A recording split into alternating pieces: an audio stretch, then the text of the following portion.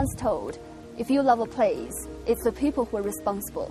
That's exactly what I experienced during my 20-day backpack reporting in Tibet. Well, I have to say, the biggest barrier I encountered during my reporting was language. However, just because of the language barrier, I had a great deal of fun trying different means of communicating with people. Buddha, Sangye. Buddha, Sangye. Sangye? Buddha, Sangye. Ay, Buddha, Sangye. Ay, Buddha, Sangye.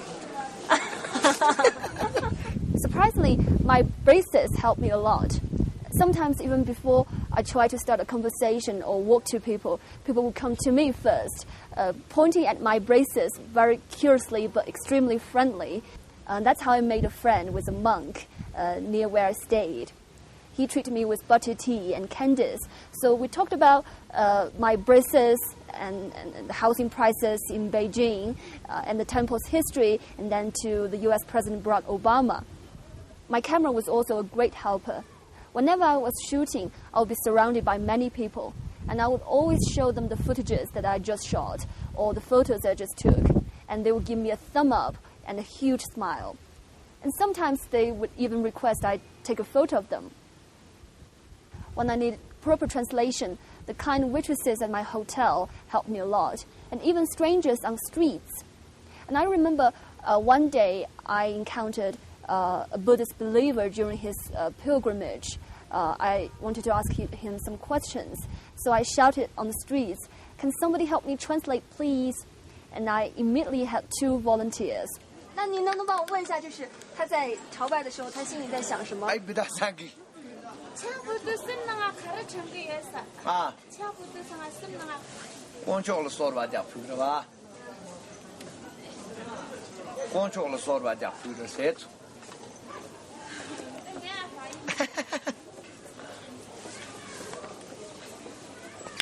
他在说什么？啊？他说什么？他说那个的时候，心里反正只有菩萨一个想法。想着菩萨。Speaking about pilgrimage, I think that's what struck me most. Before I went to Tibet, I did a lot of research on it and thought I wouldn't be as surprised when I saw it, but that wasn't the case at all.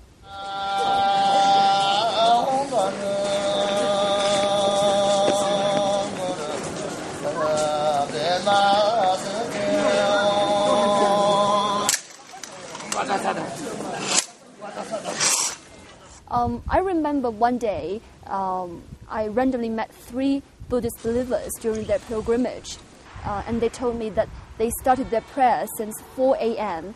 and by the time I met them, it was already 12 noon. They didn't talk to me for long and just went on their journey. As I shot, the man went away from me, repeating his rituals over and over again, slowly but firmly. I couldn't control my tears anymore. I felt my hands were so shaking that I couldn't help my camera steady anymore.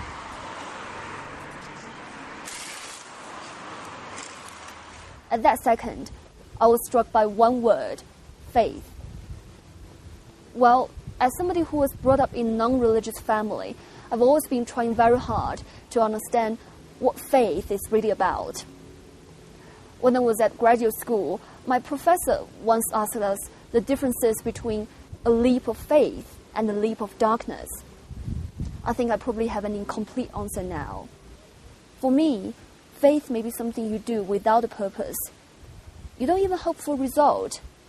You don't know what an obstacle is. It's your dream. It's the reason you live. It doesn't matter to you whether it will happen or not eventually, but it does matter that you stick to it.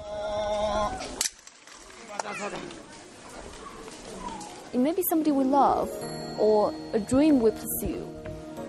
But when we are lost, confused, or even betrayed in this complex world, it may be important that we have a little bit of faith in ourselves and in others.